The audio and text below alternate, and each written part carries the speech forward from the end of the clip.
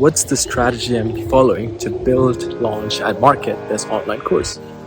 That's the topic of this video on this beautiful, sunny, wonderful day.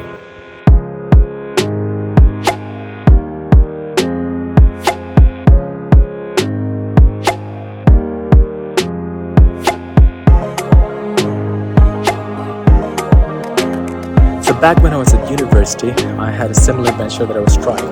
Not a similar venture, it was actually an app, a smartphone game for stress relief, and that failed.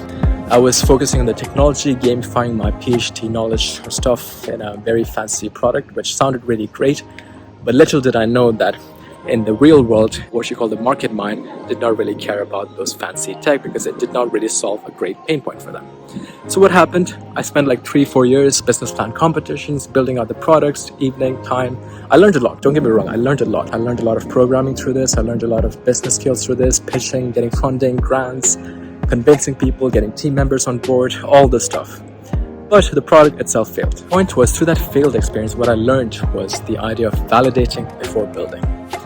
And so in this case, for the online course, what I did first and foremost, set an outline for my course, made sure I could execute on it, I could code this project, and I set up a landing page, and I set the product for pre-orders, meaning people could buy it now at a discount, a 50% discount, and the offer ends in 2 weeks. I can only validate it when I know that people have literally taken money out of their pockets and paid me for it, because that way I know this is a real problem that's worth solving. And gladly, people actually paid for it, and you have no idea how excited I was when I saw the first dollars coming in from the pre-sales.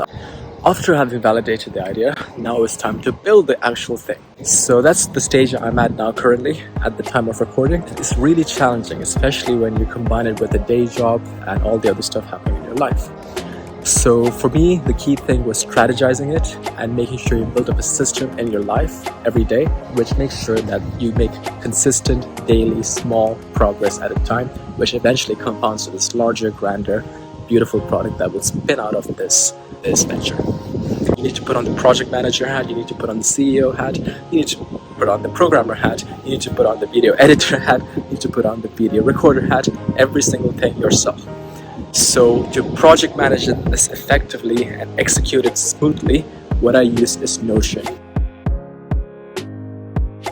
Growing an email list is something I'm doing alongside building the product. That's how I will push my sales team in my one-man company at the moment.